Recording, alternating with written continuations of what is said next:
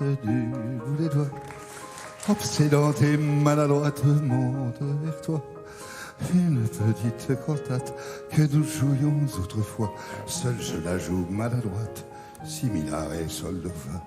Cette petite cantate fa. Et Depardieu qui a chanté Barbara, c'était cet été à Montpellier, à Monaco. Et il est toujours encore, au bien Cirque sûr, il avait d'hiver. commencé. Très lui. étonnant. Alors, pardon, parenthèse, je suis allé le voir, je pensais qu'il allait réciter du Barbara. Non, il chante vraiment et c'est très émouvant, vraiment. Alors, parmi tous les hommages, Damien, qui sont rendus à l'artiste, il y a ce livre. Oui, qui a retenu mon attention. Alors d'abord, vous l'avez précisé, Laurent, c'est la semaine prochaine, le 24, qu'on commémore les 20 ans de sa disparition. Certains, depuis un mois ou deux, ont commencé. Mais nous, ce matin, voilà. Tant de choses à montrer et à dire. Oui, sauf que nous, ce matin, pourquoi ce livre Barbara, Clair de nuit, par Jérôme Garcin, édition Gallimard? Parce que d'abord, Jérôme Garcin parle aussi bien qu'il écrit et vice-versa. Et parce qu'en fait... l'ami.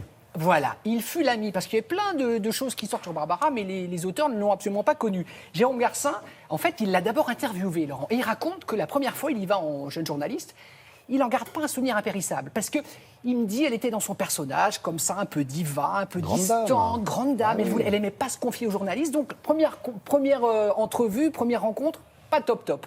Quelques années plus tard, il va...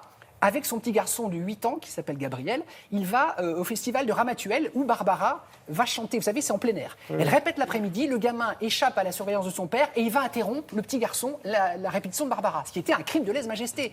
Et Barbara s'est prise d'amitié et d'affection pour ce petit gamin. Donc du coup, elle n'avait pas eu l'enfant, elle adorait cet enfant, et donc du coup, par l'entremise du petit... Un lien s'est tissé. Voilà, un lien s'est tissé. Et donc, Jérôme Garcin a été très proche de Barbara. Donc, il nous raconte la femme qu'il connaissait, l'amie, qui appelait le matin très tôt, un petit peu combinatoire, un petit peu péremptoire, quand même, Barbara, hein, mais qui était dans sa maison de Précy-sur-Marne, en Seine-et-Marne, donc à 30 km de Paris, au milieu de ses chats, au milieu de ses fanfreluches et au milieu de ses roses de son jardin. Ce jour-là. Il ne pleuvait pas ni sur Précy, ni sur Nantes. Bravo, Laurent. Nous avons rencontré Jérôme Garcin. Regardez. Dis, quand reviendras-tu? Dis, au moins le sais-tu, que tout le temps qui passe ne se rattrape guère, que tout le temps perdu ne se rattrape plus. Bonjour Jérôme Garcin. Bonjour. Vous écrivez dans votre livre, je l'imaginais, Barbara évidemment ténébreuse, elle était très drôle, et c'est vrai que le grand public, à mon avis, a de Barbara cette image d'une femme sombre, triste, pas du tout. Oui, même, je dirais, l'amante religieuse. Si on la connaissait pas dans l'intimité, elle pouvait être, allez, je lâche le mot, rébarbative.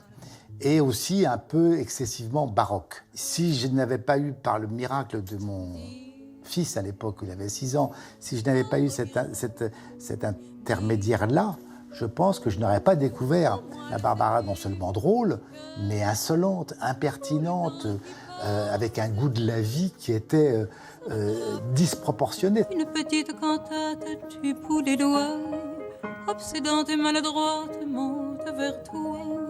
Une petite cantate comme nous jouions autrefois. Seule je la joue maladroite, similare sol do fa. Elle avait un mode de vie un peu particulier, insomniaque. C'est vrai qu'elle appelait Jérôme la nuit des gens un peu dans le malheur, dans le désespoir, pour les aider. Appréciée, elle avait un téléphone qui était une ligne ouverte pour, non seulement pour les malades, mais surtout pour les proches, les parents, les frères et sœurs des malades, essentiellement du sida à l'époque. Et elle était une incroyable accompagnatrice des douleurs, des souffrances, des détresses humaines. Et lorsque sonnerait l'alarme, s'il fallait reprendre des armes, mon cœur verserait une larme pour Göttingen, pour Göttingen. Il y avait la maison, qui était merveilleusement bordélique et bohème. Puis il y avait cette Grange au Loup, qui était ce petit théâtre aménagé dans le jardin, en studio, salle de répète, où naissaient non seulement les spectacles, mais aussi les chansons. La Grange au Loup, c'est le nom de la rue dans Il pleut sur Nantes. Madame, soyez au rendez-vous, 25 rue de la Grange au Loup. Tout ce qui se passe est vrai, c'est-à-dire que ce fameux père incestueux qui n'a jamais reconnu le crime qu'il avait commis sur sa fille, ce père, quand elle va le voir, il est déjà mort. C'est exactement l'histoire d'Il pleut sur Nantes. L'histoire est vraie. Ce qu'on ne dit pas assez, c'est qu'elle y allait ce jour-là à Nantes pour lui pardonner. Depuis qu'il s'en était à Lille, longtemps je l'avais espéré.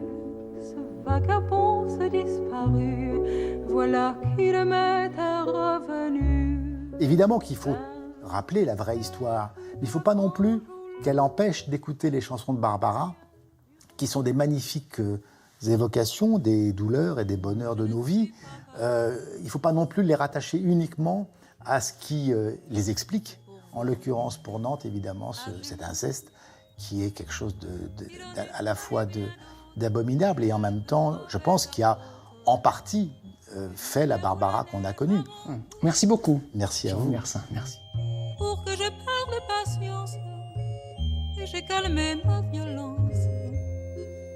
La plus belle histoire d'amour, c'est vous. Merci à vous, Damien, pour cette très belle évocation en mots et en musique, s'il vous plaît. Merci Laurent.